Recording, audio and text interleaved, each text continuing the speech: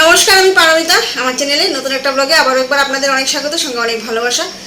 আজকে আমি যে বিষয়টা নিয়ে আলোচনা করব সেটা নিয়ে ইদানিং প্রচুর প্রশ্ন আসছে যে দিদি, মেয়ে সন্তান কিভাবে হয়, কিভাবে হবে, কি উপায় করলে পরে মেয়ে সন্তান হতে পারে, বা কখন সহবাস করলে, পিরিয়ডের পর কখন সহবাস করলে মেয়ে সন্তান হওয়ার সম্ভাবনা বেশি থাকে, এই নিয়ে ইদানিং অনেক প্রশ্ন আসছে। তো ভাবলাম এই বিষয়ের উপর একটা ভিডিও বানাই। তো আলোচনা শুরু করার আগে আপনাদেরকে আবার একবার বলছি, যারা আমার চ্যানেল নতুন আছেন তারা অবশ্যই একটা লাইক করে সাবস্ক্রাইব করে আমার পাশে থাকবেন, আর ভিডিওটা স্কিপ না করে দেখবেন, তাহলে আপনাদের বুঝতে সুবিধা হবে। তো চলুন কথা না বাড়িয়ে শুরু করা যাক। তো আপনাদের মধ্যে যারা সন্তান নিতে চাইছেন ইদানিংকালে এবং চাইছেন যে আপনাদের সন্তানটা যেন মেয়ে সন্তান হয়, তার জন্য কী উপায় করতে হবে, কি করলে আপনাদের গর্ভের সন্তানটা একটা মেয়ে সন্তান হবে, তার জন্য আগে জানা দরকার যে সন্তান কিভাবে তৈরি হয় এবং কিভাবে মেয়ে সন্তান এবং ছেলে সন্তান তৈরি হয়। আপনারা অনেকেই জানেন যে আমাদের শরীরে 46টা ক্রোমোজোম থাকে, মানে 23 জোড়া। তার মধ্যে দুটো হলো সেক্স ক্রোমোজোম, একটা এক্স একটা ওয়াই।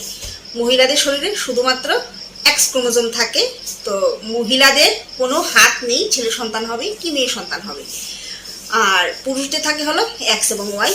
তাহলে পুরুষদের উপরে নির্ভর করছে যে মেয়ে সন্তান কি ছেলে সন্তান হবে। দেখুন, সব কিছু আমি এটাও বলে রাখি, এটা আমার ব্যক্তিগত অভিমত, ব্যক্তিগত ধারণা। আমি আমার ব্যক্তিগত অভিজ্ঞতার উপরেই ভিডিওগুলি বানাই, এর মধ্যে কোনো বিজ্ঞানসম্মত যে কোনো বিষয় আছে তা নয়। আর সব কিছু যদি বিজ্ঞানের হাতেই থাকতো তাহলে তো হয়েই যেত। বিজ্ঞান অবশ্যই, আমরা বিজ্ঞানের উপর ভিত্তি করেই সব বিষয়ে সত্যতা যাচাই করি, নির্ণয় করি, কিন্তু তার উপরও সব কিছুর উপর আছেন হলো ভগবান। তারপর কিছু সময়, তিথি, গ্রহ, নক্ষত্র, এসবের প্রভাব তো অবশ্যই আছে, যেটাকে আমরা কোনোভাবে অস্বীকার করতে পারি না। আমরা যতই বলি না কেন যে না বিজ্ঞানে তো এরকম কোনো কিছু নেই, তারপরেও বিজ্ঞানের উপরও একটা বিষয় থেকেই যায়। সব কিছু যদি বিজ্ঞানের হাতে হতো তাহলে তো হয়েই যেত। ছেলেদের শুক্রাণুতে যে এক্স এবং ওয়াই ক্রোমোজোম থাকে, ওইটা যখন মহিলাদের শরীরে প্রবেশ করে তখন এক্স এক্সে মিলিত হলে মেয়ে সন্তান হয় এবং এক্স ওয়াই মিলিত হলে ছেলে সন্তান হয়। এটা হয়তো অনেকেই জানেন, কিন্তু তার জন্য এখন গর্ভের সন্তান ছেলে হবে কি মেয়ে হবে সেটার জন্য আমাদের যে মহিলাদের শরীরের মধ্যে যে ছেলেদের যে শুক্রাণুটা যাচ্ছে সেটার মধ্যে এক্স ক্রোমোজোম আছে নাকি ওয়াই ক্রোমোজোম আছে সেটা কি করে বুঝবেন? তো এক্স ক্রোমোজোম এবং ওয়াই ক্রোমোজোমের যে আয়ুকাল সেটার একটা সময় আছে। এক্স ক্রোমোজোম একটু বেশি দিন মহিলাদের শরীরে গিয়ে বেঁচে থাকতে পারে, যেখানে ওয়াই ক্রোমোজোম অল্প দিন বেঁচে থাকতে পারে। যদিও এক্সের তুলনায় ওয়াই ক্রোমোজোমটা বেশি শক্তিশালী হয় এবং এক্স ওয়াই দুটোই যদি একটা মহিলার শরীরে প্রবেশ করে তাহলে ওয়াই ক্রোমোজোমটাই ডিম্বাণুর মধ্যে প্রবেশ করে পুত্র সন্তান হওয়ার সম্ভাবনাটা বেশি থাকে, কিন্তু ওয়াই ক্রোমোজোমের আয়ুকালটা থাকে কম। একজন মহিলার শরীরে ওয়াই ক্রোমোজোম বেঁচে থাকতে পারে হলো 3 দিন আর এক্স ক্রোমোজোম বেঁচে থাকতে পারে হলো 5 দিন। তো তার জন্য এখন আমাদের আগে বোঝা দরকার যে আমাদের ওভুলেশন হয়েছে কিনা। যদি ঠিকঠাক ওভুলেশনের টাইমে ওয়াই বা এক্স ক্রোমোজোম আমাদের শরীরে উপস্থিত থাকে তবেই তো সন্তান তৈরি হবে। ওভুলেশনই যদি না হয় তাহলে কোনোভাবেই এক্স ক্রোমোজোম ওয়াই ক্রোমোজোম কোনোটা দিয়ে তো সন্তান তৈরি হবে না। তার জন্য আগে আমাদের এটা বুঝে নিতে হবে যে আমাদের শরীরে ডিম্বাণু তৈরি হয়েছে কি হয়নি, এবং সেটা কি করে বুঝবেন সেটা বোঝানো অনেক বিষয় আছে, যেগুলি আমরা যদি লক্ষ্য করি খুব ইজিলি বুঝে নিতে পারি যে আমাদের ডিম্বাণু তৈরি হয়েছে কি হয়নি। দেখুন, মাসিকের ঠিক ওই 12-13তম দিনেই ওভুলেশন হওয়ার চান্সটা বেশি থাকে। ঠিক 12-13তম দিনেই যে হয়ে যায় তা নয়, মাসিকের 8ম দিন থেকে 18তম দিন পর্যন্ত আমাদের যে কোনো দিন ওভুলেশন হতে পারে এবং ওইটাকেই গর্ভধারণের সঠিক সময় মনে করা হয়। পিরিয়ডের 8ম দিন থেকে 18তম দিন অবধি ওই টাইমের মধ্যে যদি সহবাস করা যায় তাহলে খুব সহজেই গর্ভধারণ করা যায়। তো পিরিয়ডের পর যখনই আপনারা সহবাস করবেন তখন যদি আপনাদের ওভুলেশন না হয় তাহলে কিন্তু গর্ভধারণ করা সম্ভব হবে না। আর ধরুন সহবাস করার পর এক্স এবং ওয়াই ক্রোমোজোম দুটোই মহিলার শরীরে উপস্থিত আছে, কিন্তু ওই 3 দিনের মধ্যে যদি আপনার ওভুলেশন না হয় তাহলে পুত্র সন্তান হওয়ার সম্ভাবনাটা অনেকটাই কমে যায়। ওই ধরুন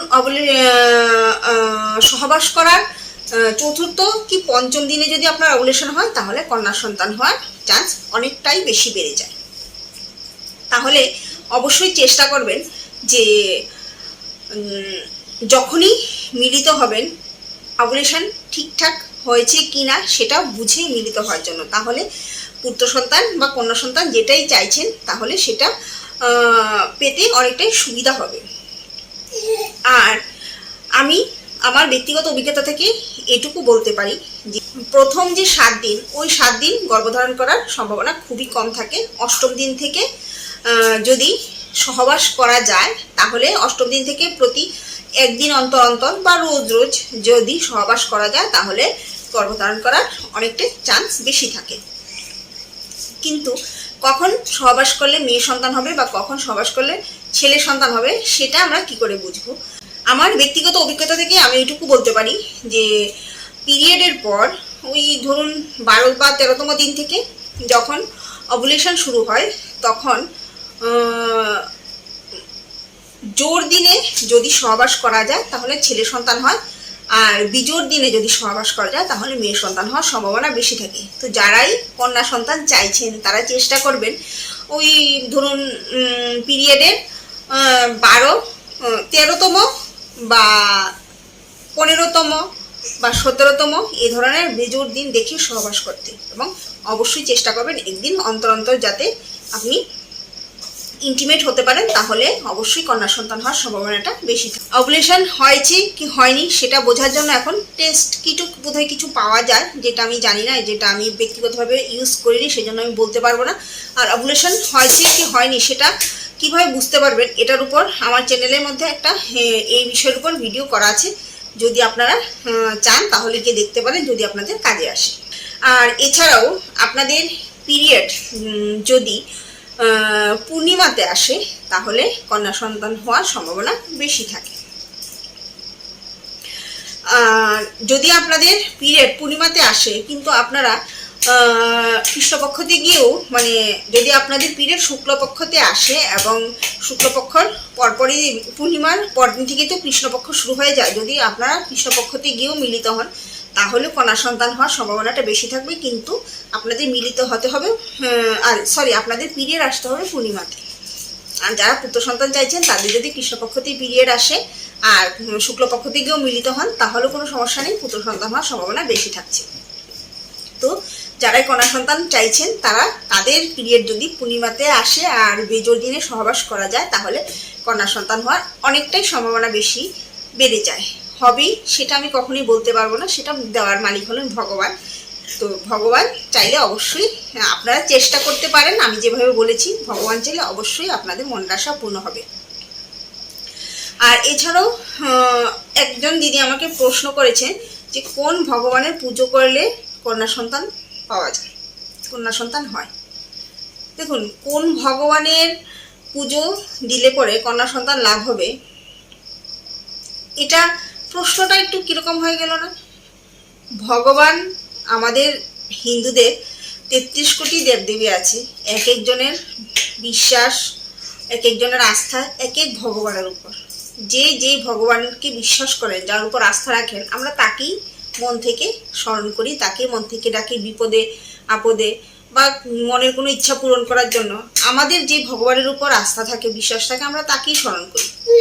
কিন্তু কোন ভগবানের পুজো করলে কন্যা সন্তান বা পুত্র সন্তান লাভ হবে সেটার বিষয়ে আমার কোনো কিছু জানা নেই ভাই। কারণ আমি পুত্র সন্তান বা কন্যা সন্তান যে কখনোই ভগবানের কাছে প্রার্থনা করিনি। আমি যখনই গর্ভবতী ছিলাম আমি চেয়েছি যে আমার একটা কন্যা সন্তান হোক, আমার একটা পুত্র সন্তান হোক, সেটা আমি মনে মনে চেয়েছি। কিন্তু আমি ভগবানের কাছে সবসময় চেয়েছি যে ভগবান যেটাই দেবে যেন সুস্থ সন্তান দেবে, সুস্থ সন্তানের জন্ম হোক, আমি যাতে সুস্থ সন্তানের জন্ম দিতে পারি।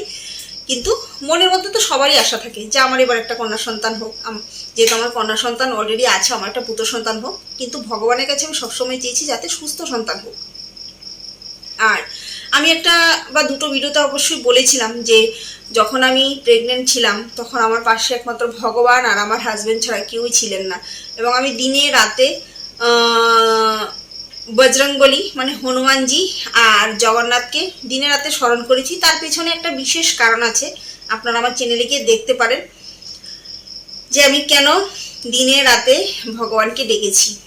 পুত্র সন্তান হওয়ার জন্য ডেকেছি একদমই না। আপনারা আমার চ্যানেলে আমার প্রেগনেন্সি চলাকালীন অনেক ভিডিও আছে, ইচ্ছে করলে গিয়ে দেখতে পারেন। আর যদি আপনাদের এই বিষয়ে জানার ইচ্ছা থাকে তাহলেও তাও আপনারা আমাকে জানাতে পারেন, আমি আমার পার্সোনাল এক্সপিরিয়েন্স অবশ্যই আপনাদের সঙ্গে শেয়ার করব।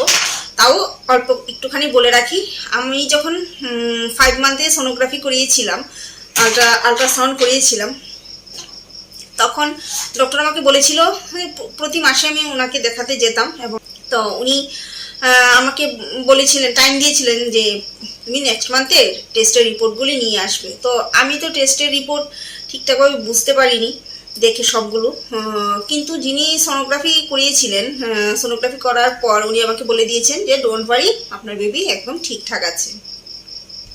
কিন্তু তখন আরও দুটো ব্লাড টেস্টও করা হয়েছিল। ওই ব্লাড টেস্টের রিপোর্টটার দিকে আমি আর লক্ষ্য করিনি, কারণ আল্ট্রাসাউন্ডের সময় ডক্টর তো আমাকে বলে দিয়েছিলেন যে বেবি একদম সুস্থ আছে, যেটা শুনে আমি হ্যাপি হয়ে গেছি। আমি আর ব্লাড টেস্টের রিপোর্টের দিকে বিশেষ লক্ষ্য করিনি। কিন্তু ডক্টরের কাছে যখন গেলাম, ওনার কথা শুনে আমার পায়ের তলার মাটিটায় সরে যাওয়ার অবস্থা। আমার বেবির ডাউন সিনড্রোমটা পজিটিভ এসেছিল।